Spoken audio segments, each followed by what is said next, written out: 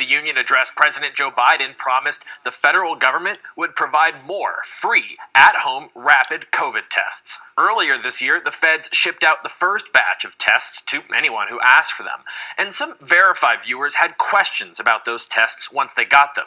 For instance, Bob, who wrote to us and asked, did the United States government buy COVID tests made in China? So, Bob, let's verify. Our sources, the U.S. Army, iHealth Labs, the White House, and the Food and Drug Administration.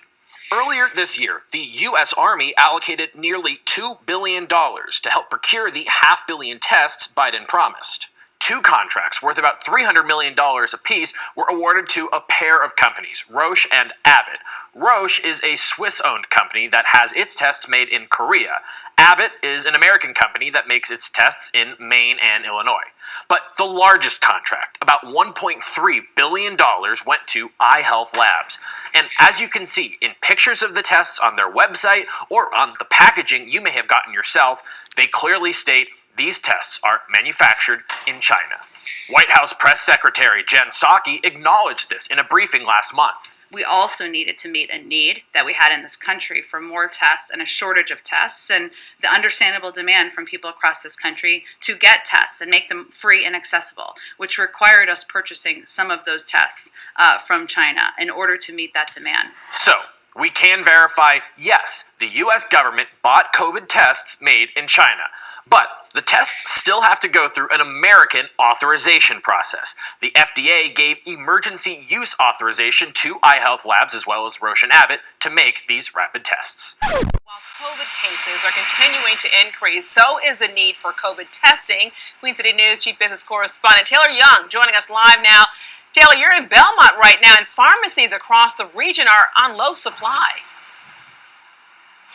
Yeah, Alicia, we visited several pharmacies throughout the area today. They either had just a handful of at-home COVID tests left, or they were anticipating a shipment coming in any day now. But one thing that caught our eye while we were looking at these tests today was a little sticker that was labeled on nearly every single one that we saw. At pharmacies across the state, COVID tests are labeled with an expiration date that has already passed. But is it accurate? I try to preempt the question by having the discussion before they even have a chance to look at it, because nothing like getting home and going, oh my God, I'm sick and I got bad medicine.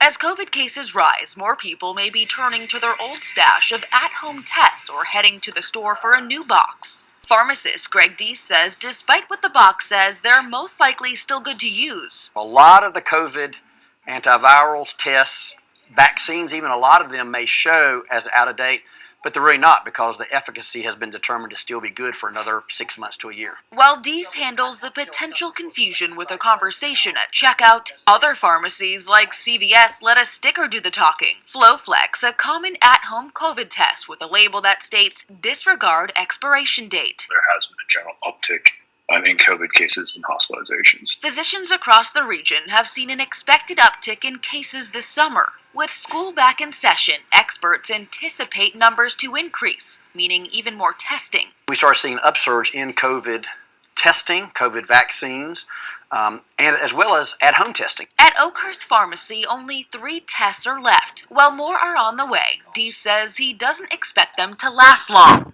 When COVID goes up, the test availability goes down. So if you throw away all those old ones, even though they're not old, then you have a bigger shortage.